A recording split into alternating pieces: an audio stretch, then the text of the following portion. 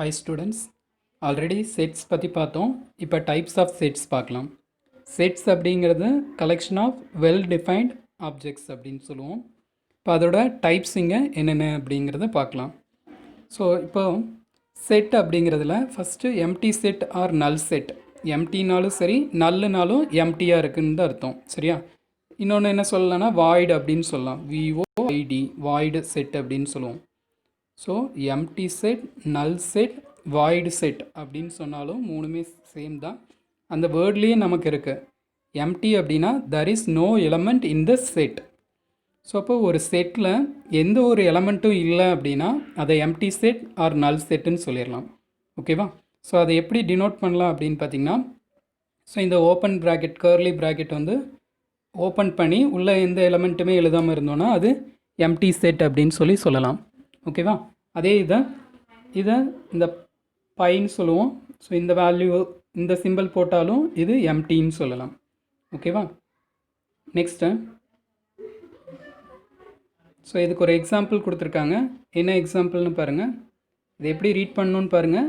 Set A equal to X such that. இப்படி 2 dot வச்சோம் அப்படின்னா சச் தட் அப்படின்னு அர்த்தம். ஒன்று இந்த 2 டாட் வைக்கலாம், அப்படி இல்லைன்னா ஸ்லாஷ் சிம்பிள் போடலாம். ஆல்ரெடி நம்ம இதை பார்த்துருக்கோம்.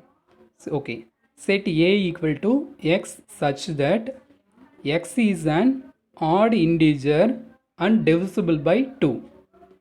எக்ஸுங்கிறது எப்படி இருக்குது அப்படின்னா ஆட் இன்டிஜராக இருக்குது. ஸோ ஆட் இன்டிஜர்னால் என்ன?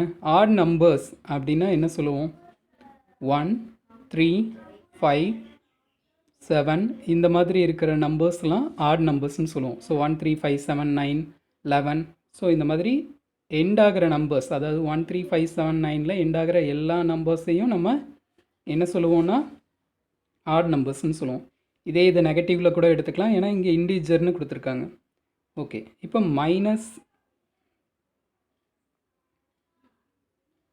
இப்போ இதில் -1, -3, -5 இது எடுத்தாலும் ஓகே. இந்த நம்பர்ஸ் எல்லாம் டிவைட் பை 2 கொடுக்குறோன்னு வச்சுங்க. ஸோ எந்த ஒரு நம்பரும் இதில் டிவைட் ஆகாது, ஏன்னா இதில் இருக்கிற எல்லா நம்பரும் இதெல்லாம் ஆட் நம்பர்ஸ். இந்த ஆட் நம்பர்ஸ் 2ஆல் டிவைட் ஆகாததுனால இதில் நமக்கு எந்த ஒரு ஆன்சரும் கிடைக்காது. ஸோ அதனால் ஏங்கிற செட்டில் எம்டியாக இருக்கும். ஸோ அதை தான் சொல்கிறோம், நமக்கு A equal to empty set or null set or void செட்டுன்னு சொல்லலாம். ஓகேவா? அதுக்கடுத்து the set of all integers between 1 and 2. All இன்டிஜர்ஸ்ன்னு கொடுத்துருக்காங்க. இன்டிஜர்னாலே நமக்கு தெரியும் -1, -2, -3 அந்த மாதிரி நெகட்டிவ் நம்பர்ஸ் இருக்கும், 0 இருக்கும், பாசிட்டிவ் நம்பர்ஸ் இருக்கும், 1, 2, 3, 4 அந்த மாதிரி பாசிட்டிவ் நம்பர்ஸ் இருக்கும். இதில் 2 நம்பர் எடுத்துக்க சொல்கிறாங்க, 1ம் 2ம். இந்த 1க்கும் 2க்கும் இடையில் பிட்வீனில் நமக்கு வந்து ஒன்று டெசிமல் நம்பர்ஸ், அதாவது ஃப்ராக்ஷன்ஸ் தான் கிடைக்கும். இங்கே நமக்கு இன்டிஜர்ஸ் கிடைக்காது. ஸோ அதனால் இந்த செட்டுக்கும் நம்ம எம்டின்னு தான் சொல்ல முடியும். இது எக்ஸாம்பிளுக்காக கொடுத்துருக்காங்க. ஓகேவா? Next one singleton. வேர்ட்லேயே இருக்குது. சிங்கிள் அப்படின்னாலே ஒரே ஒரு element. A set which contains only one element. So ஒரு செட்டில் எக்ஸாக்டாக ஒன்லி ஒன் எலமெண்ட் இருந்ததுன்னா அது சிங்கிள்டன் செட்டுன்னு சொல்லிடலாம்.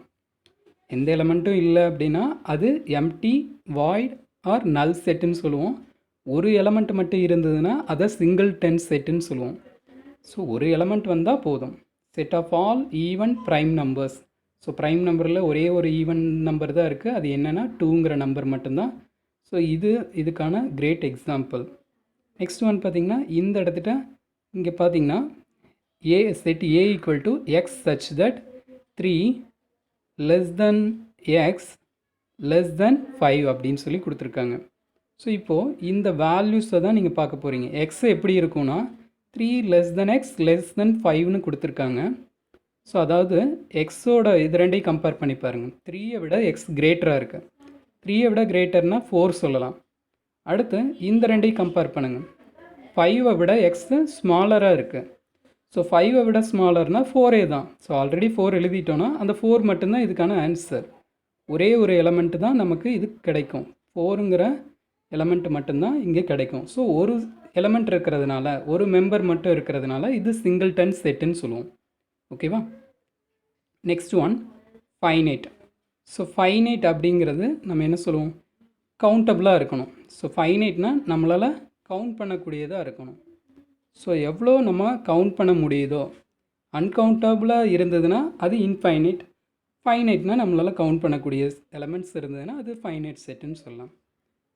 A set with a finite number of elements. ஃபைனைட்னா கவுண்டபிள் எலமெண்ட்ஸ் இருந்ததுன்னா அது ஃபைனைட் செட்டுன்னு சொல்லிடலாம். ஓகேவா? அதுக்கு எக்ஸாம்பிள் கொடுத்துருக்காங்க. Set of family members, set of indoor outdoor games you play. இதெல்லாம் நம்மளால் கவுண்ட் பண்ணக்கூடியது. ஸோ இன்ஃபைனைட் அப்படின்னா நம்மளால் கவுண்ட் பண்ண முடியாதது. ஸோ இப்போ பார்த்தீங்கன்னா 5, 10, 15 எக்ஸட்ரா அப்படின்னு கொடுத்துட்டோம் அப்படின்னா, எக்ஸட்ரா அப்படின்னா it will be no end. So இந்த வேல்யூ வந்து எண்டாக போகிறதே கிடையாது. இந்த ப்ராசஸ் போய்கிட்டே இருக்கும். 5, 10, 15, 20, 25 அந்த மாதிரி நம்பர்ஸ் போய்கிட்டே இருக்கு. ஸோ இது வந்து இன்ஃபைனைட்டாக இருக்குது. இன்ஃபைனைட்னா அன்கவுண்டபிள். அங்கே வந்து கவுண்டபிள்னா ஃபைனைட், அன்கவுண்டபிளாக இருந்ததுன்னா அது இன்ஃபைனைட் அப்படின்னு சொல்லுவோம். ஸோ அன்கவுண்ட் அப்படின்னு சொல்கிறோம் இந்த இடத்துட்ட. ஓகேவா? ஸோ கவுண்ட் பண்ண முடியாத அளவுக்கு எலமெண்ட்ஸ் இருந்தால் அது இன்ஃபைனைட் செட். அதே மாதிரி set of all points in a line. ஒரு லைன் அப்படிங்கிறது சின்ன சின்ன பாயிண்ட்ஸ் எல்லாம் சேர்ந்து தான் ஒரு சின்ன சின்ன மைனூட்டாக நீங்கள் பாயிண்ட் வச்சுக்கிட்டே இருந்தீங்க அப்படின்னா அதெல்லாம் ஜாயிண்ட் ஆகிறது தான் ஒரு லைனாக வந்து க்ரியேட் ஆகும். ஸோ அப்போ ஒரு லைனில் எவ்வளோ பாயிண்ட்ஸ் இருக்குதுன்னு நம்மளால் கவுண்ட் பண்ணுறது கொஞ்சம் கஷ்டமாக இருக்கும். கொஞ்சம் இல்லை, ஃபுல்லாகவே டிஃபிகல்ட்டு தான். சரியா? ஸோ அது infinite set. Next cardinal number of a set. Cardinal number of a set அப்படின்னா n ஆஃப் ஏ அப்படின்னு சொல்லுவோம். இதை n of A. n of ஏங்கிறது number of elements in the set A. n of ஏன்னு என்ன? Number of elements in the set A அப்படின்னு சொல்லுவோம்.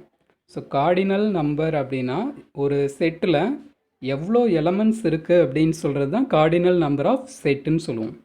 இப்போ ஃபார் எக்ஸாம்பிள் ஏங்கிற செட்டில் 1, 3, 5 அப்படின்னு சொல்லி எலமெண்ட்ஸ் சொல்கிறோம் அப்படின்னா, ஸோ அப்போ இந்த செட்டில் n ஆஃப் ஏ என்னவாக இருக்கும்னா that is number of elements in the set A equal to இங்கே எவ்வளோ எலமெண்ட்ஸ் இருக்குதுன்னு கவுண்ட் பண்ணுறீங்க. 1, 2, 3. ஸோ டோட்டலாக 3 நம்பர்ஸ் இருக்குது. ஸோ 3 எலமெண்ட்ஸ் இருக்குங்க. ஸோ இந்த மாதிரி கார்டினல் நம்பர் ஆஃப் எலமெண்ட் அப்படிங்கிறது number of elements in the set A அப்படிங்கிறது தான் இங்கே கார்டினல் நம்பர் ஆஃப் செட். ஓகேவா? அதை n ஆஃப் ஏன்னு டினோட் பண்ணுவோம். ஸோ இதுக்கு ஒரு எக்ஸாம்பிள் கொடுத்துருக்காங்க. பார்த்தீங்கன்னா இதில் ஏங்கிற செட்டு கொடுத்துருக்காங்க. ஃபைண்ட் n ஆஃப் ஏன்னு கொடுத்துருக்காங்க. n ஆஃப் ஏனா இதில் எவ்வளோ எலமெண்ட்ஸ் இருக்குதுன்னு என்ன போகிறீங்க கவுண்ட் பண்ணுறீங்க. 1, 2, 3, 4, 5, 6, 7, 8 நம்பர்ஸ் இருக்குது. இந்த நம்பரை பாருங்கள், எவ்வளோ நம்பர்ஸ் இருக்குது, எவ்வளோ எலமெண்ட்ஸ் இருக்குங்கிறத பாருங்கள்.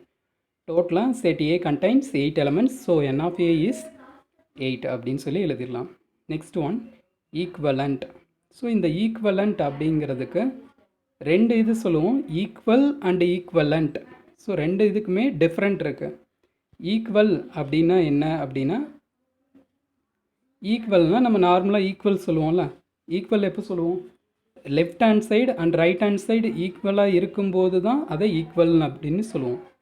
ஸோ ஈக்குவலண்ட் அப்படின்னா அதில் இருக்கிற எலமெண்ட்ஸ் வந்து ஈக்குவலாக இருந்துச்சுன்னா நம்ம அதை ஈக்குவலண்ட் செட் அப்படின்னு சொல்லுவோம். ஃபார் எக்ஸாம்பிள் இங்கே ஒரு இது கொடுத்துருக்காங்க பாருங்கள், செட் ஏ கொடுத்துருக்காங்க. அதில் என்னென்ன இருக்குன்னா பால் அண்ட் பேட் இருக்குது.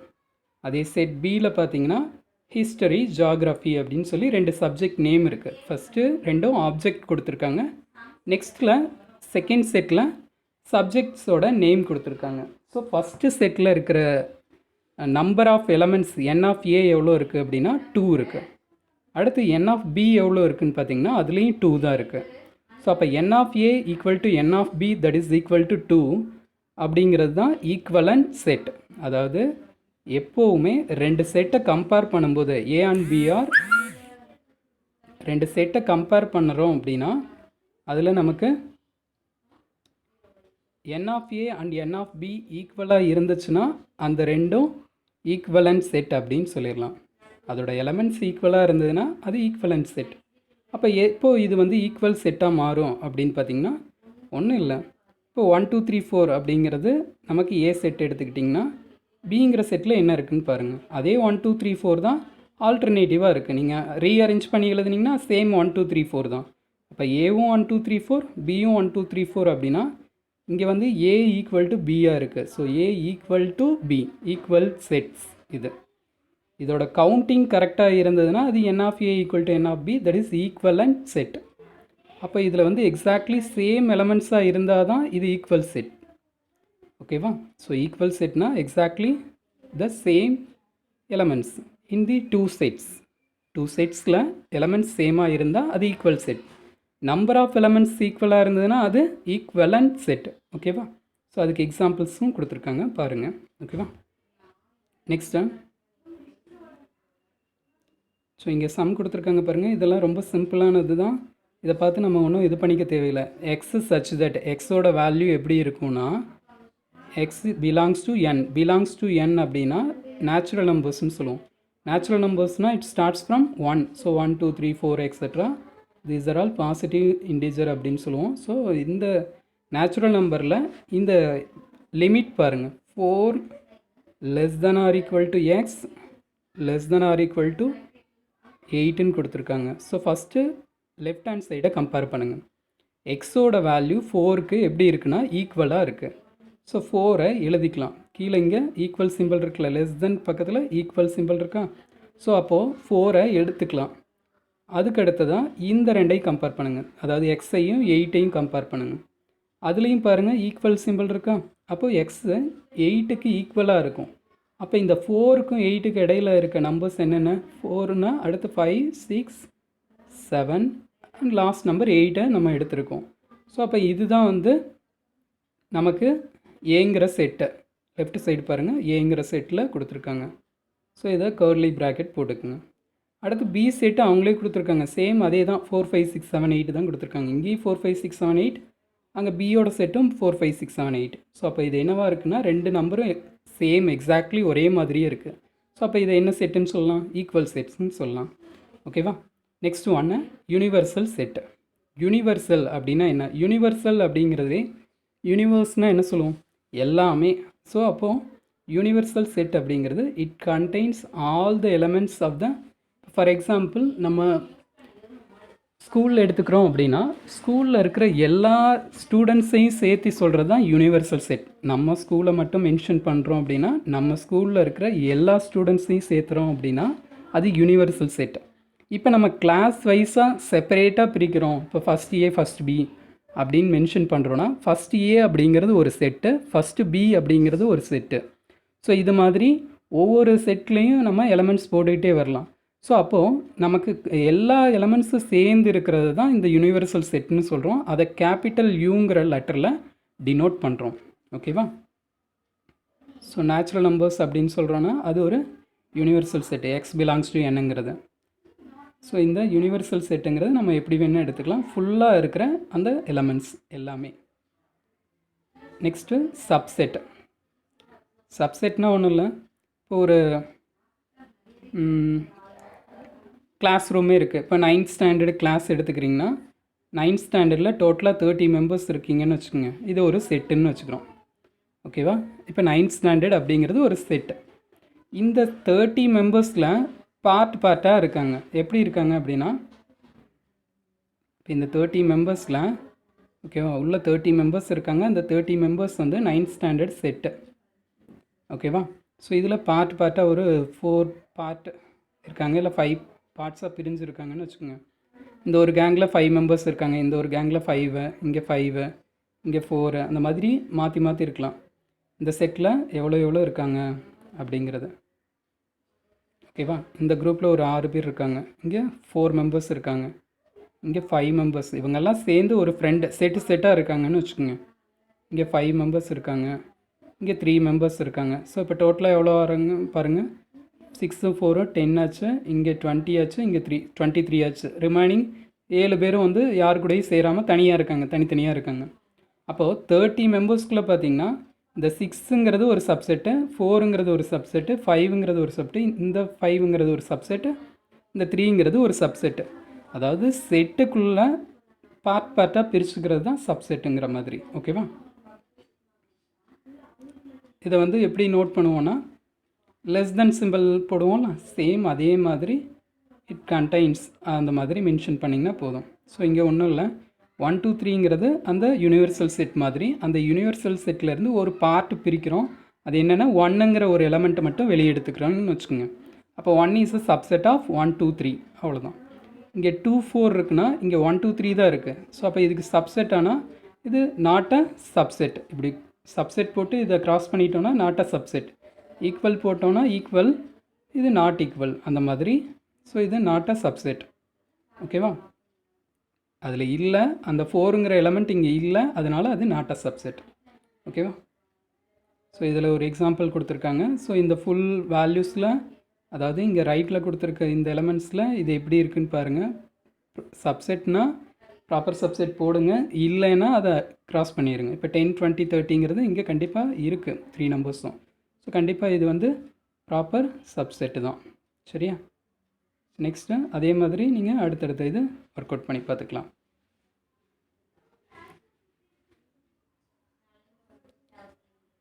சரி, அடுத்து சப்செட்ஸ் வந்து எப்படி பிரிக்கலாம் அப்படிங்கிறதுக்கு கொடுத்துருக்காங்க. Write all the subsets of A. ஏங்கிற இதில் இப்போ ஒரு கிளாஸில் ஏபின்னு 2 ஸ்டூடெண்ட்ஸ் இருக்காங்க, அதாவது 2 குரூப் இருக்காங்க அப்படின்னா ஃபஸ்ட்டு நம்ம யாரையுமே எடுக்காமல் இருக்கலாம், தட் இஸ் எம்டி. அடுத்து ஏவை மட்டும் எடுத்துக்கலாம், இல்லைன்னா பியை மட்டும் எடுத்துக்கலாம், இல்லாட்டி 2 பேரையும் சேர்த்து எடுக்கலாம். அப்போ நம்ம எப்படி பிரிக்கலாம்னா எம்டியாக எடுக்கலாம், ஏ மட்டும் 1 எடுக்கலாம், பி மட்டும் 1 எடுக்கலாம், ஏபியை சேர்த்து எடுத்துக்கலாம். இந்த மாதிரி வந்து பிரிக்கிறது தான் சப்செட்ஸ். ஓகேவா? ஸோ அடுத்து ப்ராப்பர் சப்செட். இந்த ப்ராப்பர் சப்செட் அப்படிங்கிறது ஒன்றும் இல்லை. So A and B are 2 sets, 2 set எடுத்துக்கிறோம். A is a subset of B அப்படின்னு எடுத்துக்கிட்டோன்னா ஏவும் பியும் ஈக்குவலாக இல்லாதப்போ, ஓகேவா, ஏ நாட் ஈக்குவல் டு பியாக இருந்துச்சுன்னா then A is called proper subset. So இங்கே பார்த்தீங்க அப்படின்னா ஏவோடது இங்கே பியோடது கொடுத்துருக்காங்க. ஸோ இப்போ ரெண்டும் ஈக்குவலாக வந்துருச்சுன்னா அதை ஈக்குவல் செட்டுன்னு சொல்லிடலாம், அது சப்செட்டாகவும் சொல்லலாம். ஓகேவா? இப்போ இங்கே மேலே இருக்க சம்மில் பார்த்தீங்கன்னா உங்களுக்கு தெரியும். ஸோ இப்போ இங்கே இது வந்து செட்டு, இந்த செட்டில் இதெல்லாம் சப்செட்டு. ஸோ இப்போது இந்த இடத்துட்ட பார்த்தீங்கன்னா இதுவும் இதுவும் இப்போ ஈக்குவலாக இருக்குது. ஸோ அப்போ இதை வந்து சப்செட்டுன்னு சொல்கிறோம். இது இல்லாமல் இருந்துச்சுன்னா இது ப்ராப்பர் சப்செட்டுன்னு சொல்கிறோம், ரிமைனிங் இருக்கிறத. ஓகேவா? ஸோ இந்த வேல்யூக்கு ஈக்குவல் வந்துடக்கூடாது, வராமல் இருந்துச்சுன்னா அதெல்லாம் ப்ராப்பர் சப்செட்னு மென்ஷன் பண்ணிடலாம். ஓகேவா? ஸோ அதுதான் இங்கே சொல்லியிருக்கோம். நெக்ஸ்ட்டு டிஸ்ஜாயிண்ட், அந்த வேர்ட்லேயே இருக்குது. டிஸ்ஜாயிண்ட் அப்படின்னா அது ஜாயிண்ட் ஆகாமல் இருக்கணும். அதாவது இங்கே இப்போது 2 செட் கொடுத்துருக்காங்க, ஏங்கிற செட்டு பிங்கிற செட்டு. ஏங்கிற செட்டு ஒரு குரூப்பு, பிங்கிற ஒரு செட்டு குரூப்பாக இருக்குது அப்படின்னா அதில் எதுவுமே காமன் எலமெண்ட்ஸ் இல்லை அப்படின்னா அது வந்து தனித்தனியாக இருக்கும். இப்போ இந்த செட்டில் இருக்கிற ஒரு ஸ்டூடெண்ட் இந்த செட்லேயும் ஃப்ரெண்டாக இருக்காங்க அப்படின்னா 2லேயுமே பொதுவாக இருப்பாங்க, காமனாக இருப்பாங்க. அப்போ அது வந்து ஜாயிண்ட் ஆகிருக்கும், இந்த 2 செட்டையும் ஜாயின் பண்ணிடுறது தான் அர்த்தம். இதே வந்து இங்கே இருக்கிற ஸ்டூடெண்ட்ஸ் யாருமே, ஏங்கிற செட்டில் இருக்க ஸ்டூடெண்ட்ஸ் யாருமே பியில் போகலை அப்படின்னா அது டிஸ்ஜாயிண்ட், தனித்தனியாக இருக்காங்கன்னு அர்த்தம். ஸோ அப்போது இப்படி போடுறது இன்டர்செக்ஷன். இதை எப்படி ரீட் பண்ணோன்னா இன்டர்செக்ஷன், என் மாதிரி இப்படி போடுறோம். சரியா? இது இன்டர்செக்ஷன். இன்டர்செக்ஷன்னா காமன் எலமெண்ட்ஸ், காமன். ஓகேவா? இன்டர்செக்ஷன்னா காமன், இன்டர்செக்ஷன். அடுத்து இது யூனியன், யூ போடுவோம், கேபிட்டல் யூ. யூனியன் அப்படின்னா ஜாயின் தி எலமெண்ட்ஸ். ஸோ ஒரு 2 செட்டில் இருக்க எலமெண்ட்டை வந்து ஜாயின் பண்ணுறோம் அப்படின்னா 2 பேர் ஒரே இதில் இருந்தாலும் ஒரு தடவை நேம் எழுதுனா போதும். சரியா? இப்போ ஏங்கிற செட்டு ஏபிசி 3 நம்பர்ஸ் இருக்குன்னா இதில் வந்து ஏடிஇ இருக்குன்னா அப்போ நம்ம என்ன எழுதணும்னா ஏபிசிடிஇன்னு மட்டும்தான் எழுதுவோம். ஏ 2 டைம்ஸ் இருக்குன்னா அதை எழுதக்கூடாது. ஸோ ஃபஸ்ட்டு யூனியன் அப்படின்னா ஜாயின் த எலமெண்ட்ஸ், இன்டர்செக்ஷன்னா காமன் எலமெண்ட்ஸ் அப்படிங்கிறது சொல்கிறோம். ஓகேவா? ஸோ நெக்ஸ்ட்டு பார்த்தீங்கன்னா வெரிஃபை த வெதர். இதில் வந்து கொடுத்துருக்க 2 செட்டும் டிஸ்ஜாயிண்ட் செட்டுன்னு சொல்கிறாங்க. இது 2ல் இருக்க எலமெண்ட்ஸையும் கம்பேர் பண்ணுங்கள். 2லேயும் காமன் எலமெண்ட்ஸ் இல்லை அப்படின்னா A intersection B that is equal to empty or null set or void set அப்படின்னு சொல்கிறோன்னா அப்போ டிஸ்ஜாயிண்ட்டாக இருக்குது, அந்த செட்டு தனித்தனியாக இருக்குங்கிறது சொல்லிடுறோம். சரியா?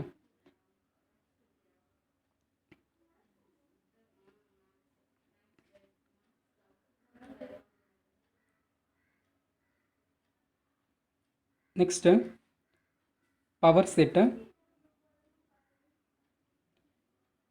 பவர் செட் அப்படிங்கிறது என்னென்னா set of all subsets in a set A is power set of A. இப்போ அதாவது சப்செட் நம்ம எடுக்கிறோம் அப்படின்னா அந்த எல்லா சப்செட்டையும் சேர்த்து சொல்கிறது தான் பவர் செட். பவர் செட்னா ஃபுல்லாகவே. சரியா? இப்போது ஃபஸ்ட்டு சம்மில் பார்த்தீங்கன்னா எம்டியாக எடுத்தோம், ஏ எடுத்தோம், பி எடுத்தோம், அடுத்து ஏபி எடுத்தோம். அது எல்லாத்தையும் சேர்த்து சொல்கிறது பவர் செட்டுன்னு சொல்லலாம். இப்போ 2 3 இருக்குது அப்படின்னா ஏங்கிற எலமெண்ட் வந்து ஏங்கிற செட்டில் 2 3ங்கிற எலமெண்ட் இருக்குன்னா ஃபஸ்ட்டு எம்டி எடுத்துக்குவோம், அடுத்து 2 சப்செட் எடுப்போம், 3ங்கிற சப்செட் எடுப்போம், 2 3ங்கிற சப்செட் எடுப்போம். இது எல்லாத்தையும் சேர்த்து சொல்கிறது தான் இப்போது பவர் செட் அப்படின்னு சொல்லுவோம். சரியா? நெக்ஸ்ட்டு இதுக்கு ஃபார்முலா இருக்குது. பவர் செட்டுக்கு பார்த்திங்கன்னா இங்கே வந்து எவ்வளோ செட் இருக்குது அப்படிங்கிறத கண்டுபிடிக்கிறதுக்கு n ஆஃப் பி ஆஃப் ஏ அப்படிங்கிறது 2 பவர் mங்கிறது ஃபார்ம். அதாவது இப்போ இங்கே வந்து 2 எலமெண்ட் கொடுத்துருக்காங்க. இதுக்கு மேலே சம்மில் பார்த்தீங்கன்னா 2 3ங்கிற 2 எலமெண்ட்ஸ் இருக்குது அப்படின்னா இந்த mங்கிற இடத்துல 2 அப்ளை பண்ணுங்கள். That is 2 power 2. அப்போ டோட்டல் பவர் செட்ஸ் 4 கிடைக்கும். இதே வந்து 2 3 4ன்னு 3 நம்பர்ஸ் கொடுத்துருக்காங்க அப்படின்னா அப்போ 2 பவர் mங்கிற இடத்துல இங்கே டோட்டல் 1 2 3 எலமெண்ட்ஸ். அப்போ 2 பவர் 3னா 8 பவர் செட் கிடைக்கும். 8 எலமெண்ட்ஸ் அங்கே இருக்கும். 8 செட்டு நம்ம ப்ராப்பர் செட்டு அங்கே எடுக்க முடியும். ஓகேவா? சரி, இதில் வச்சு நீங்கள் இப்போ எக்ஸசைஸை நீங்கள் ப்ரிப்பேர் பண்ணணும். ஸோ அதுக்கு முன்னாடி எக்ஸாம்பிள் 1.9 பாருங்கள். ஸோ இதில் வந்து ப்ராப்பர் சப்செட் வந்து find the number of subsets and number of proper சப்செட்னு கேட்டிருக்காங்க. ஸோ இதில் வந்து பாருங்கள் கொடுத்துருக்க எலமெண்ட் எவ்வளோ இருக்குதுன்னு பாருங்கள். A B C X Y Z. அப்போ டோட்டலாக 6 இருக்குது. ஸோ அப்போ n ஆஃப் எக்ஸுங்கிறது number of elements in the set X equal to 6ன்னு சொல்லலாம். நமக்கு ஃபார்முலா என்ன? 2 பவர் m.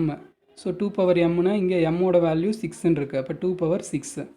2 பவர் 6னா 2 இன்ட்டு 2 இன்ட்டு 2 இன்ட்டுன்னு 6 டைம்ஸ் வந்து மல்டிபிள் பண்ணுங்கள். அப்போ டோட்டலாக எவ்வளோ இருக்குன்னா 64 இருக்கும். அப்போ டோட்டல் பவர் செட்ஸ் வந்து பார்த்திங்கன்னா 64 இருக்கும்.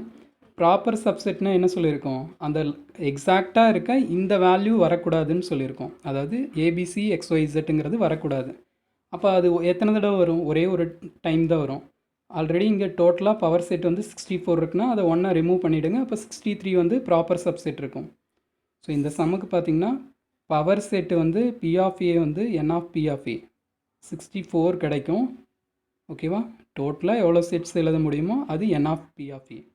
இதே இது வந்து ப்ராப்பர் சப்செட் வேணும் அப்படின்னா ப்ராப்பர் அப்படிங்கிறது நமக்கு லாஸ்ட்டாக எழுதக்கூடிய அந்த ஒரே ஒரு எலமெண்ட்டை மட்டும் விட்டுறது. That is 63. ஒரு செட்டு கம்மியாக இருக்கும். ஸோ 63 செட்டாக இருக்கும். ஓகேவா? Proper subset. சரி, ஓகே. எக்ஸசைஸ் 1.2 சால்வ் பண்ணி பாருங்கள். டவுட் இருந்ததுன்னா கிளியர் பண்ணிக்கோங்க. தேங்க்யூ.